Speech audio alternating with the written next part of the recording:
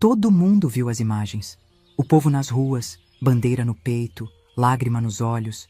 Mas o que ninguém viu foi uma senhora de quase 70 anos, ajoelhada no meio da multidão, com os joelhos sangrando, segurando uma Bíblia na mão direita e a bandeira do Brasil na esquerda.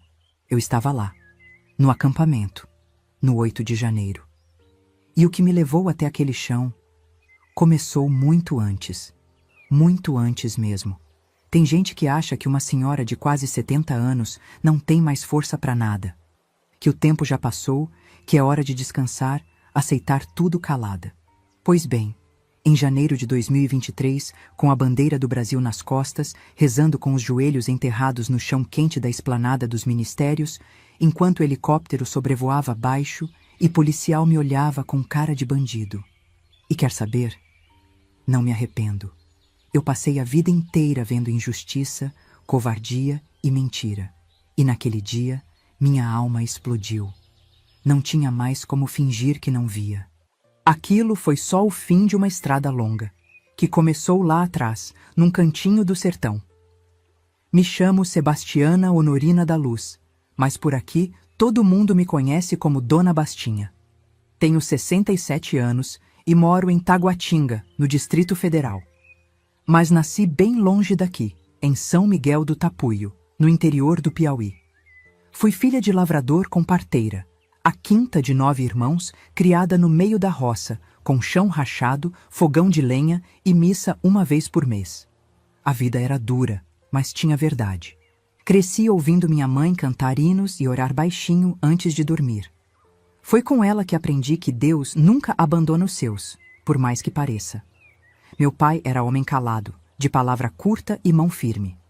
Ele dizia que o mundo era cruel e que só os fortes iam vencer.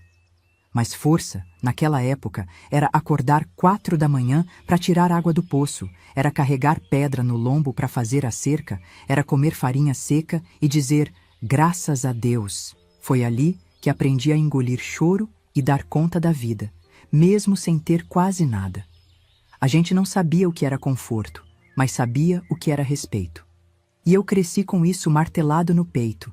Fé em Deus, honestidade no trato e nunca abaixar a cabeça para mentira.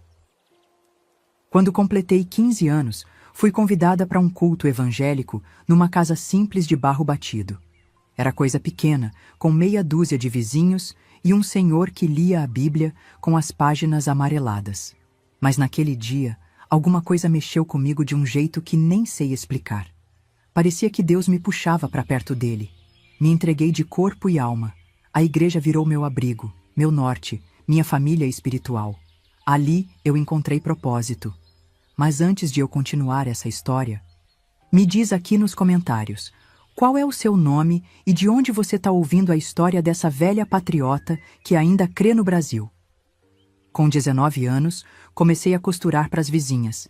Fazia vestidos simples, longos, decentes, para as irmãs da igreja. De pouco em pouco fui ficando conhecida no povoado. Ganhava pouco, mas dava para ajudar minha mãe e guardar uns trocados. Foi nesse ritmo que conheci Juvenal, meu primeiro e único marido. Homem bom, calmo, também da igreja. Nos casamos com um vestido que eu mesma costurei. O véu foi emprestado. A festa? Um prato de arroz doce e bolo de milho na casa da irmã Joana. Mas foi um dos dias mais felizes da minha vida. Juvenal sempre dizia que o sertão estava ficando pequeno pra gente, que o futuro era em Brasília. No começo resisti, mas quando ele arrumou serviço como pedreiro num prédio do governo, arrumamos as trouxas e subimos para a capital. Era 1982. Eu nunca vou esquecer a chegada no Planalto Central. Aquele mar de concreto, os ônibus cheios, a pressa de todo mundo, parecia outro planeta. Nos instalaram num barraco improvisado em Taguatinga, e foi lá que recomeçamos do zero. Juvenal trabalhando de sol a sol, eu com minha máquina de costura emprestada, tentando fazer nome entre as mulheres da igreja local. A Assembleia de Deus de Taguatinga Sul foi o primeiro lugar que me acolheu. E ali, pouco tempo depois, fui convidada para liderar o círculo de oração. Eu tremia só de pensar em falar diante das irmãs, mas sentia que Deus me empurrava. E fui. Passei mais de 40 anos com a cabeça baixa diante do Senhor, orando pelos filhos das irmãs, pelos doentes do bairro, pelas famílias despedaçadas que chegavam da seca com as malas nas costas. Vi milagres acontecerem ali, vi gente levantar da maca, vício ser quebrado, lar ser restaurado. A fé daquelas mulheres sustentava mais coisa do que muita política que aparece na televisão. Durante todos esses anos, minha vida foi trabalho e igreja, costura e oração. Não tinha luxo, mas tinha paz. O círculo de oração virou meu lar. Eu era a primeira a chegar, a última a sair. A gente fazia vigília até de madrugada e ninguém reclamava. Era o tempo em que orar pelo Brasil era bonito. Quando cantar o hino nacional com a mão no peito ainda emocionava. Mas o tempo foi mudando. E a igreja também. Comecei a perceber que certos assuntos viravam motivo de cochicho. Que falar sobre política, sobre valores, sobre o que era certo e errado, era motivo de reprovação. Algumas mensagens começaram a soar estranhas, cheias de tolerância forçada. Pastores novos, com fala mansa e sorriso de lado, começaram a tomar espaço. E minha bandeira do Brasil, que eu levava dobrada dentro da Bíblia, começou a incomodar. Nessa época, meu coração já carregava um aperto que eu não sabia explicar. Era como se eu sentisse que algo grande estava vindo. Uma nuvem pesada se formando no horizonte. E por mais que tentasse manter a calma, algo me dizia que eu ia ter que escolher. Calar e aceitar. Ou falar e pagar o preço. Mas essa parte da história eu te conto daqui a pouco. O começo foi sutil. Ninguém levantou a voz, ninguém bateu na mesa. Mas eu senti. Na igreja, a gente aprende a ouvir a voz de Deus, mas também aprende a reconhecer o silêncio estranho dos homens. O silêncio que pesa, que gela o ambiente, que esconde julgamento atrás de sorrisos ensaiados. Foi assim que tudo começou. Um novo pastor chegou, jovem, empolgado, cheio de ideias modernas, que logo começaram a mudar o tom dos cultos. Ele dizia que era preciso adaptar a fé ao novo Brasil. E eu já tinha visto esse tipo de fala antes. Sempre começa assim, bonito no papel, mas cheio de veneno por dentro. No primeiro mês, tentei me aproximar. Preparei um bolo, levei até a casa pastoral e me apresentei. Falei do meu trabalho no círculo de oração, das irmãs que estavam comigo há décadas, das vigílias que a gente fazia nas madrugadas geladas de Taguatinga. Ele sorriu, agradeceu, mas não me olhou nos olhos. Foi rápido, frio, como quem olha para um quadro antigo pendurado na parede. Respeita, mas já não combina com a nova decoração. As mudanças começaram nas entrelinhas. A primeira coisa que cortaram foi a reunião de oração das 6 da manhã. Disseram que era pouca gente, que tomava tempo da equipe. Depois, as irmãs mais antigas foram sendo colocadas de lado nas programações. As jovens passaram a liderar tudo. Não que isso fosse problema, mas o problema era o tom. Subiram com discursos cheios de frases prontas, falando mais de amor ao próximo do que de obediência a Deus. O púlpito foi ficando frio, raso. As orações pareciam palestras motivacionais. Eu continuei indo. Chegava antes, limpava os bancos, orava sozinha enquanto os alto-falantes testavam o som. Mas percebia que algumas irmãs me evitavam. Umas olhavam com pena, outras com desconfiança. Comecei a ouvir comentários pelas costas. Ela é muito radical. Fala de política demais. Fica com aquela bandeira do Brasil na Bíblia como se fosse santa. E tudo isso dentro da casa de Deus. A gota d'água veio numa quarta-feira à noite. Era uma reunião simples, das mulheres. O pastor estava presente. Me pediram para dar uma palavra rápida, como sempre fazia. Subi no púlpito. Abri em Isaías 5:20. Ai dos que ao mal chamam bem, e ao bem, mal. Falei sobre a inversão dos valores, sobre o perigo de abraçar o erro com o nome de tolerância. Foi uma palavra firme, mas verdadeira. As mulheres mais velhas choraram. Mas quando desci, o pastor não me cumprimentou. Não falou comigo. E no domingo seguinte, fui cortada da escala. Ninguém me ligou. Ninguém explicou. Só tiraram meu nome do grupo das líderes. Fiquei sabendo por uma irmã, no portão da igreja.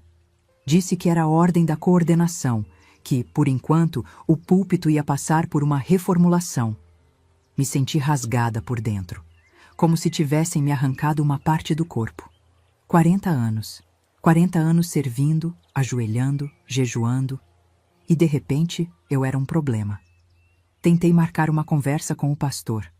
Me disseram que ele estava muito ocupado. Esperei 2 semanas. Quando finalmente consegui falar com ele, foi num tom protocolar. Disse que minha postura estava gerando desconforto, que algumas falas estavam soando políticas demais, que a igreja precisava manter um ambiente neutro e acolhedor. Eu perguntei, e defender a verdade agora é ser radical? Ele sorriu e respondeu com um versículo fora de contexto. Eu saí de lá sem entender se era igreja ou palanque. As irmãs com quem caminhei durante anos começaram a se afastar. Algumas por medo, outras por conveniência. Teve até uma que me bloqueou do grupo de oração que eu mesma criei. Comecei a ir aos cultos sozinha, sentava nos últimos bancos, orava baixo, saía calada e chorava no caminho de volta para casa. A costura virou meu refúgio. Comecei a bordar versículos nos panos de prato, só para não enlouquecer. Uma noite acordei com o peito apertado. Era como se Deus me dissesse: eu ainda estou aqui, mas você precisa levantar. Levantei. Fui até a sala, dobrei os joelhos e chorei feito criança. Pedi direção, pedi paz, pedi discernimento. E então entendi. Aquela casa já não era mais o lar onde Deus me colocara. Era um lugar bonito por fora, mas esvaziado por dentro. A maior dor não foi a perda do púlpito, foi a traição silenciosa. Foi ver irmãs com quem dividi lágrimas e orações fingirem que eu não existia. Como se eu tivesse me tornado um fardo, uma vergonha, uma ameaça. E tudo isso por amar meu país. Por acreditar que fé e pátria andam juntas. Por não aceitar que a igreja se ajoelhe diante da mentira. Mas Deus nunca deixa os seus sozinhos. E foi numa dessas noites em que eu pensava em desistir, que uma mensagem chegou no meu celular.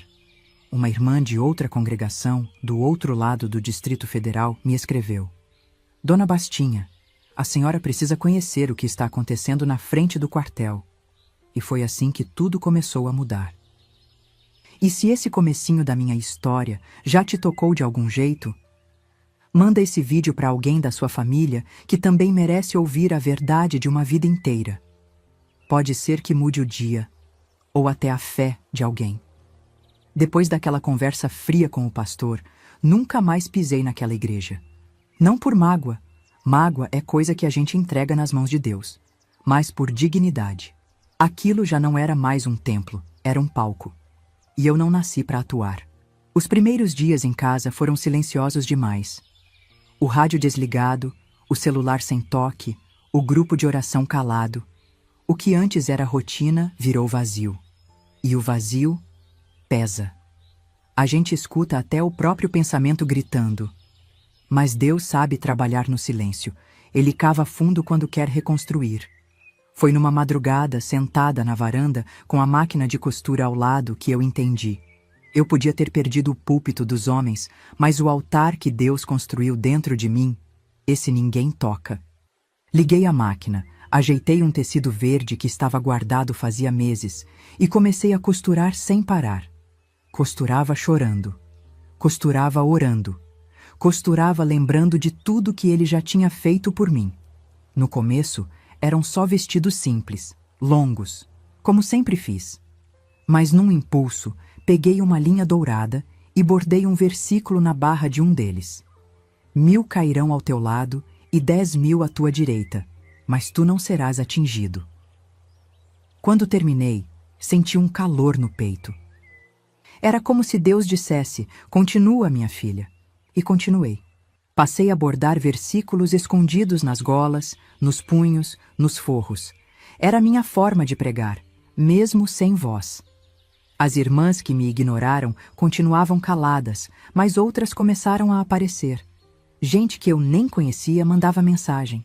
Fiquei sabendo do que aconteceu. A senhora foi injustiçada. Aos poucos, fui descobrindo que não estava sozinha. Tinha muita gente passando por coisas parecidas. Gente cortada das igrejas, das famílias, dos empregos, só porque se recusou a abaixar a cabeça. E entre essas mensagens, veio uma que mudaria tudo. Era de uma mulher chamada Irmã Lurdinha, de Ceilândia. Ela escreveu assim: Dona Bastinha, ouvi sua história. A senhora precisa vir para frente do quartel. Tem algo acontecendo lá que a senhora precisa ver com seus próprios olhos. No começo, hesitei. Ouvia tanta coisa na televisão, tanta mentira. Mas algo no meu espírito não me deixou ignorar. Peguei minha Bíblia, uma garrafa térmica com chá de camomila, e fui. Quando cheguei, era fim de tarde. Bandeiras tremulando, hinos sendo cantados, gente ajoelhada no chão. E no meio daquilo tudo, um homem com a voz embargada segurava o microfone e dizia: Esse país só vai mudar quando o povo voltar para Deus.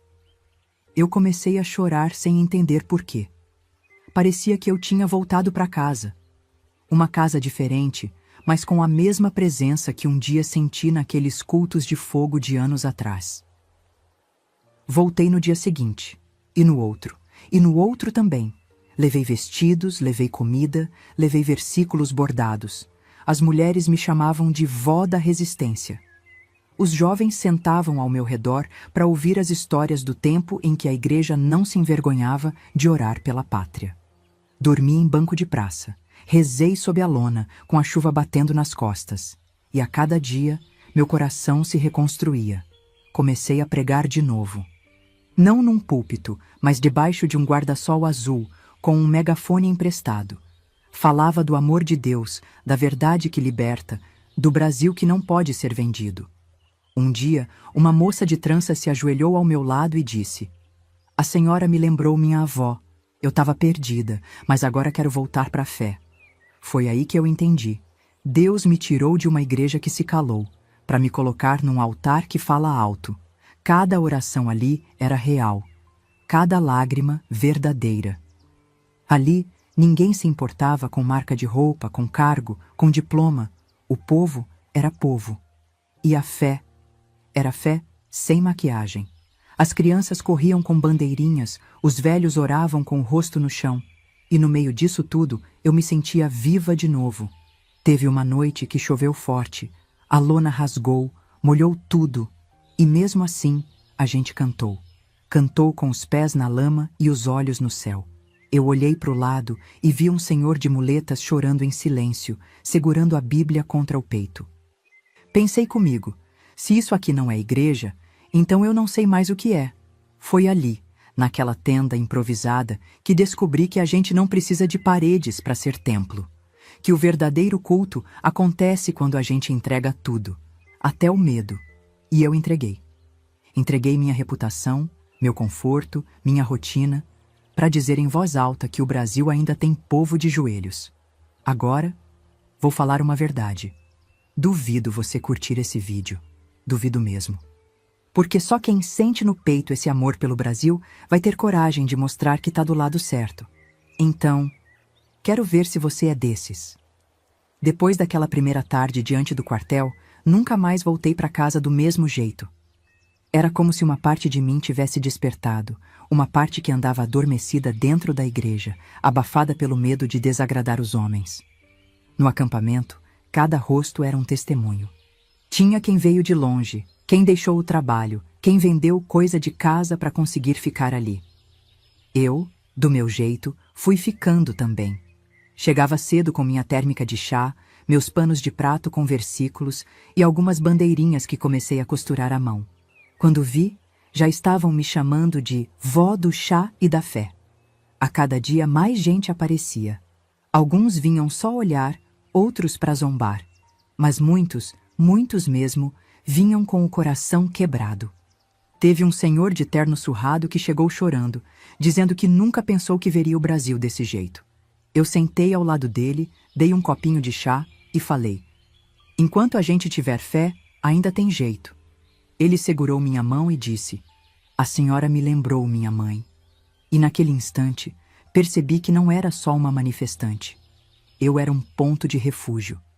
Comecei a fazer vigílias ali mesmo. Reunia umas 4, 5 irmãs e orávamos antes do sol nascer. Muitas vezes com o frio cortando, sem banheiro perto, com dor nas costas, mas com a alma em paz. Ninguém ali se importava com desconforto. A gente orava pelo país, pelo exército, pelos jovens, pelos nossos filhos e netos. E Deus respondia.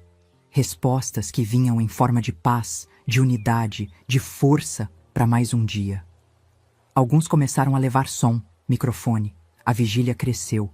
Eu fui convidada para abrir algumas delas com oração. Gaguejei de emoção na primeira vez. Mas as palavras vieram como um rio. Senhor, tira a venda dos olhos desse povo, levanta os justos, desmascara os ímpios. Tinha gente de joelhos, outros chorando baixinho. E ali eu soube, o púlpito que a igreja me tirou, Deus tinha devolvido.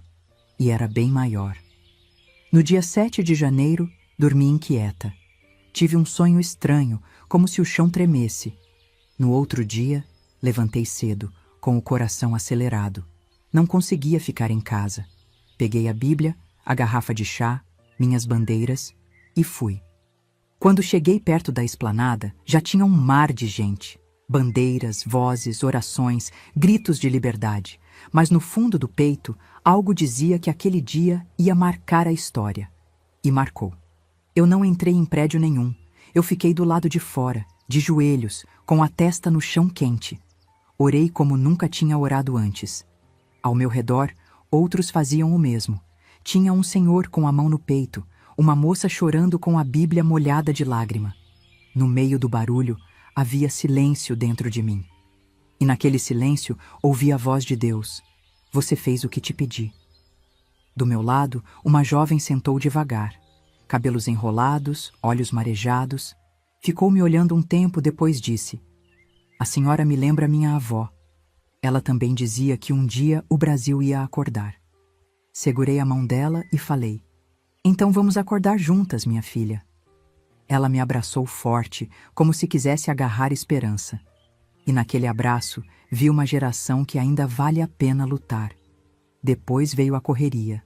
Gente gritando, helicóptero descendo, tropa chegando. Mas mesmo com tudo aquilo, não me levantei. Fiquei ali, de olhos fechados, orando em voz alta. A Bíblia na mão, a bandeira no ombro. Era o meu ato, a minha entrega. Não atirei pedra, não empurrei grade, mas derrubei um muro dentro de mim, o muro do medo. Quando fui embora, o sol já se punha. Caminhei devagar, com as pernas doídas, o rosto queimado. Mas o coração era outro. Eu sabia que tinha feito o que devia. E por mais que o mundo me chamasse de louca, de velha, de radical, eu sabia em quem criava. Sabia o Deus que me guiava. Sabia o país pelo qual valia a pena ajoelhar. Agora me diga você, eu fiz errado de ir naquele dia? O que você teria feito no meu lugar? Tô esperando tua resposta aí nos comentários. Depois daquele dia, minha vida não voltou mais pro normal. E nem quero. O que eu vivi naqueles acampamentos, o que eu senti debaixo daquela lona, com a Bíblia molhada e o povo chorando em volta, foi mais verdadeiro do que muita coisa que vi em 40 anos de igreja. A partir dali, entendi que minha missão ainda não tinha acabado. E se o mundo quisesse me calar, ia ter que gritar mais alto que a minha fé, porque eu sigo falando, com voz rouca, com internet ruim, com celular que vive esquentando, mas falando. Um dos meus netos me ensinou a fazer live. Ele ajeitou o celular velho num tripé de garrafa PET, colocou o fone e disse: fala, vó, do jeitinho que a senhora fala com a gente. E eu falei. Falei da Bíblia, falei do Brasil, falei de tudo que me arrancaram e do que ninguém pode tirar. A live pegou 200 visualizações, depois 600, depois passou de 1000. E assim foi. Toda semana, sento na varanda, ajeito o lenço, ligo a câmera e oro com quem quiser ouvir. Já teve live com chuva, com goteira pingando na cabeça. Já teve live com o vizinho fazendo churrasco e gritando no fundo. Já teve dia que a internet caiu no meio do salmo. Mas sabe o que nunca caiu? A vontade de continuar. Porque toda vez que termino, vem uma mensagem que diz: a senhora me deu força para não desistir. Ou, minha avó foi expulsa da igreja também. Agora entendo o que ela sentia. Isso para mim já é mais que púlpito. É chamado. Hoje em dia, me procuram de outros estados. Senhoras como eu que foram silenciadas. Gente que foi tirada do ministério porque defende valores. Mulheres que amavam orar pela nação e ouviram que isso é extremismo. Elas dizem que, ao me ouvir, sentem que têm uma irmã mais velha na caminhada. E eu digo sempre, não é só você. Tem muita guerreira espalhada por esse Brasil. Às vezes, penso que Deus me deixou de pé até hoje só para isso. Para ser farol para as que vierem depois. Falo muito dos meus netos nas lives. Digo que eles não podem crescer achando que verdade é ofensa. Que liberdade é crime. Que fé é motivo de vergonha. Ensino eles a cantar o hino nacional, a orar antes de dormir, a respeitar o próximo sem aceitar mentira. Quero que eles saibam que a avó deles não se escondeu, que enfrentou o que tinha que enfrentar, e que mesmo com a idade, não se calou. Outro dia, um deles me perguntou: vó, por que a senhora fala tanto no celular se nem ganha dinheiro com isso? Eu ri. Disse: porque a voz que Deus me deu é minha arma. E quem cala, consente. E ele ficou me olhando com um brilho no olho que só uma criança tem. É por eles que continuo. Por eles e por todos que ainda acreditam que este país tem jeito. Eu sei que ainda vem muita luta. Sei que vão tentar apagar o que vivemos. Vão chamar de fake, de exagero, de vergonha. Vão dizer que somos radicais, que espalhamos ódio, que queremos ditadura. Mas quem viveu de joelhos na esplanada sabe. Quem viu os olhos das senhoras molhados de fé, sabe. E o que o mundo não entende, Deus escreve nos céus. Se eu pudesse voltar atrás, voltaria para cada oração na chuva, para cada bandeira costurada, para cada jovem que abracei. Não me arrependo de nada. Só me arrependo de não ter gritado mais alto antes. Mas agora, não tem mais volta. A mulher que tiraram do púlpito ganhou o megafone. E eu digo com o coração inteiro, o púlpito deles me tiraram. Mas o de Deus, ninguém toca. Eu sou Dona Bastinha Luz, e essa é a história da minha vida de patriota. Se você quer ouvir mais histórias como a minha, se inscreve agora no canal Direita na Mídia, porque tem muita vovó por aí que ainda vai levantar a voz pelo Brasil. Caso queira ouvir as histórias de minhas irmãs em Cristo, clique e assista o vídeo que está aparecendo na tela agora. Até a próxima!